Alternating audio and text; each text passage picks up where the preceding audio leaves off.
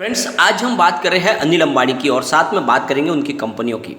तो friends, Anil Ambani group की कंपनियों में ज़बरदस्त तेज़ी का वातावरण शुरू हो चुका है। वापस निचली प्राइस से फिर से स्टॉक ने फिर दौड़ना शुरू कर दिया है, यानी काफ़ी ज़्यादा करेक्शन आ चुका था और मैंने आपको लगातार बोला था कि अब खरीदारी इसमें शुरू कर देनी चाहिए आपको। और करीब 11 रुपये के आसपास से इसने फिर से दौड़ना शुरू कर दिया रिलायंस पावर ने।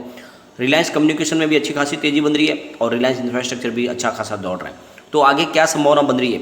वैसे जो माहौल बन रहा है वो बहुत ज़्यादा पॉजिटिव और आगे बहुत बड़ी संभावना है। एक बड़ी अपडेट निकल कर आई है रिलायंस कम्युनिकेशन से, उसको भी डिस्कस करेंगे।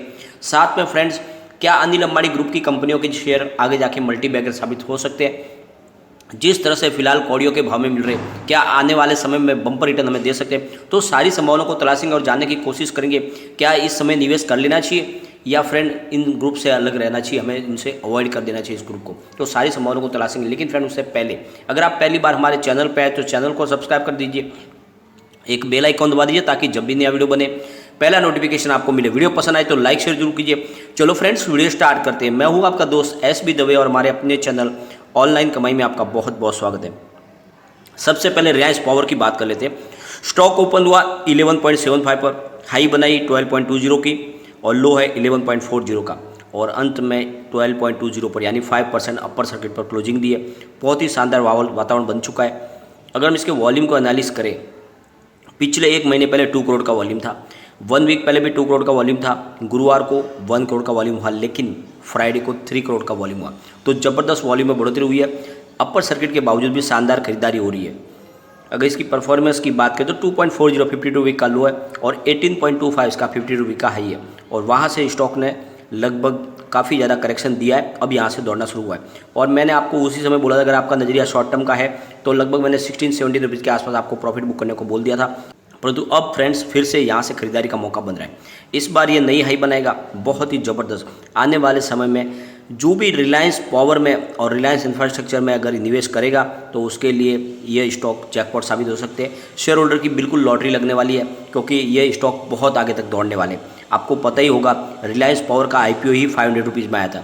साथ में फ्रेंड्स, रिलायंस इंफ्रास्ट्रक्चर की हाई तो करीब 2000 के आसपास है। तो ये स्टॉक तो फिलहाल बिल्कुल कौड़ियों के भाव में मिल रहे, बहुत ही आगे तक जा सकते हैं। बिल्कुल इनमें निवेश आपको करना चाहिए और आगे ये आपको मालामाल कर सकते हैं। फिलहाल शॉर्ट टर्म टारगेट के लिए इसके पिवट लेवल को चेक कर लेते हैं। तो यहाँ से अगर स्टॉक स्लिप होता है वापस नीचे की तरफ तो 11.67 इसका फर्स्ट सपोर्ट है, सेकंड सपोर्ट 11.13 का है और थर्ड सपोर्ट 10.87 का है। ऊपर की तरफ मूव करने पे 12.47 का फर्स्ट टारगेट है, 12.73 का सेकंड टारगेट है और 13.27 का इसका थर्ड टारगेट है। तो बहुत जल्द ऊपर की तरफ ये 13 के पार हो सकता है। इस बार ये तेज़ी के साथ में दौड़ सकता है। चलते हैं रिलायंस कम्युनिकेशन की तरफ। यहाँ पर भी करीब 2.90 पर ओपनिंग हुई थी, 2.95 हाई है और 2.85 इसका लो है और अंत में 2.95 पर क्लोजिंग दी है। शानदार क्लोजिंग है, ज़बरदस्त माहौल बना हुआ है यहाँ पर भी। और एक बड़ी अपडेट निकल कर आई है। सुप्रीम कोर्ट ने दूरसंचार विभाग यानी टेलीकॉम डिपार्टमेंट से कहा है कि जो अनिल अंबानी के पैसे निकल रहे हैं यानी करीब 104.34 करोड़ रुपीज़ जो अनिल अंबानी को चुकाने हैं गवर्नमेंट को, क्योंकि इनसे एक्स्ट्रा पैसे लिए गए थे दूरसंचार विभाग के माध्यम से। जो इनकी जो स्पेक्ट्रम की जो रकम इन्होंने चुकाई थी उसमें 104 करोड़ रुपये ज़्यादा गए। तो उसके लिए एपेक्स कोर्ट ने आदेश दिया था सरकार से कि ये रकम इन्हें वापस लौटाई जाए और अब फाइनल प्रोसीजर पे आ चुके हैं। NCLT प्रोसेस जो है वो पूरा हो चुका है। तो बैंक्रप्सी कोर्ट के तहत अब कार्रवाई कंप्लीट होने जा रही है, कंपनी का निपटारा होने जा रहा है रिलायंस कम्युनिकेशन का। तो इनको 104 करोड़ रुपए सरकार से लेने हैं। तो सुप्रीम कोर्ट ने सरकार से ये कहा है कि आप कब तक इनके पैसे चुका रहे, क्योंकि ये पैसे इनके एक्स्ट्रा लगे हैं और ये पैसे इन्हें वापस मिलने ही चाहिए। तो इस तरह से एक बड़ी रकम वापस रिलायंस कम्युनिकेशन को मिल सकती है और जो एक बड़ी पॉजिटिव न्यूज़ है रिलायंस कम्युनिकेशन के लिए। अगर हम इसकी परफॉर्मेंस की बात करें तो 1.35 52 वीक का लो है और 5.05 इसका 52 वीक का हाई है। अगर हम इसके पिवट लेवल की बात करें तो यहाँ से स्टॉक स्लिप होता है तो 2.88 फर्स्ट सपोर्ट है, सेकंड सपोर्ट 2.82 का है और थर्ड सपोर्ट 2.78 का है। ऊपर की तरफ मूव करने पे 2.98 फर्स्ट टारगेट निकल के आ रहा है, 3.02 सेकंड टारगेट है और 3.08 इसका तीसरा टारगेट है। परंतु फ्रेंड्स, अगर आपका नज़रिया लॉन्ग टर्म का है तो बिल्कुल इसमें निवेश न करें, शॉर्ट टर्म के लिए निवेश कर सकते हैं। फिलहाल स्टॉक अभी करीब यहाँ से इस लेवल से 10 से 20% और भी ऊपर जा सकता है, लेकिन बड़ी इसमें तेज़ी की संभावना नहीं है। चलते हैं हम तीसरे हमारे स्टॉक की तरफ जो है Reliance infrastructure limited. Stock open हुआ 68.90 पर, हाई बनाई 71.95 की और लो है 67 का, और अंत में 70.30 पर 2.11% अप पर क्लोजिंग दी है। बहुत शानदार मजबूत लग रहा है स्टॉक। 19.20 52 वीक का लो है और 108 इसका 52 वीक का हाई है। फिलहाल स्टॉक बहुत ज़्यादा करेक्ट हो चुका है, यहाँ से ये फिर दौड़ेगा और इस बार ये फिर नई हाई बनाएगा। अगर हम इसके पिवट लेवल की बात करें तो यहाँ से स्टॉक स्लिप होता है तो 67.72 का फर्स्ट सपोर्ट है, 64.88 का सेकंड सपोर्ट है और 62.77 का तीसरा सपोर्ट है। ऊपर की तरफ मूव करने पे 72.67 का फर्स्ट टारगेट निकल के आ रहा है, 74.78 का सेकंड टारगेट है और 77.62 का थर्ड टारगेट है। तो बिल्कुल निवेश करना चाहिए, इस लेवल पे आपको खरीदारी करें। यह स्टॉक बहुत आगे तक जा सकता है, आपको मल्टीबैग रिटर्न दे सकता है। जो आगे का हमारा पेनी स्टॉक है वो है Reliance capital limited. Stock open हुआ 15 पर, हाई बनाई 15.50 की और लो बनाया इसने 14.60 का और अंत में 14.85 पर करीब 0.34% अप पर क्लोजिंग दी है। तो यहाँ पर भी आपको पॉजिटिव माहौल देखने को मिलेगा, लेकिन यह स्टॉक का भी भविष्य ज़्यादा आपको उज्जवल होता हुआ नहीं दिखाई देगा, क्योंकि रिलायंस कैपिटल की सारी सब्सिडी कंपनियाँ धीरे धीरे बिकने वाली है। प्रदर्शन की बात करें तो 7.10 52 वीक का लो है और 30.65 का 52 वीक का हाई है। फिलहाल स्टॉक ऊपर के लेवल से करीब आधा हो चुका है, यहाँ से फिर थोड़ी सी तेज़ी की संभावना तो बनी रही है। अगर आप शॉर्ट टर्म के नज़रिए के साथ निवेश करते हो तो आपको आराम से यहाँ से 10 से 20% की तेज़ी देखने को मिल सकती है।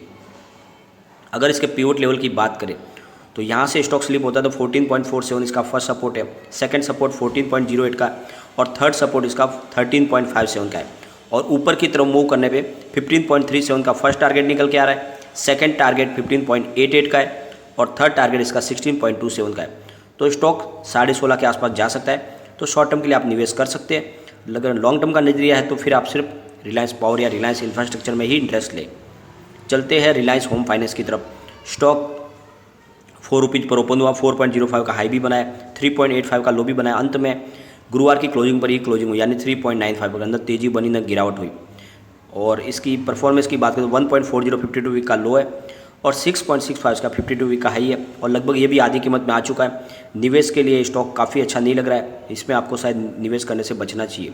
अगर हम इसके पिवट लेवल की बात करें तो यहाँ से स्टॉक स्लिप होता है तो 3.85 का फर्स्ट सपोर्ट है, सेकंड सपोर्ट 3.75 का, थर्ड सपोर्ट 3.65 का और ऊपर की तरफ मूव करने पे 4.05 का फर्स्ट टारगेट है, 4.15 का सेकंड टारगेट है और 4.25 का इसका थर्ड टारगेट है।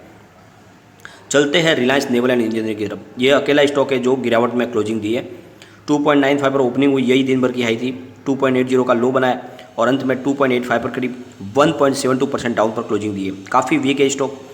यहाँ का पिवट लेवल की बात करें तो यहाँ से स्टॉक के स्लिप होने पे 2.78 फर्स्ट सपोर्ट है, सेकंड सपोर्ट 2.72 का है और थर्ड सपोर्ट 2.63 का। ऊपर की तरफ मूव करने पे 2.93 फर्स्ट टारगेट है, 3.02 सेकंड टारगेट है और 3.08 इसका थर्ड टारगेट है।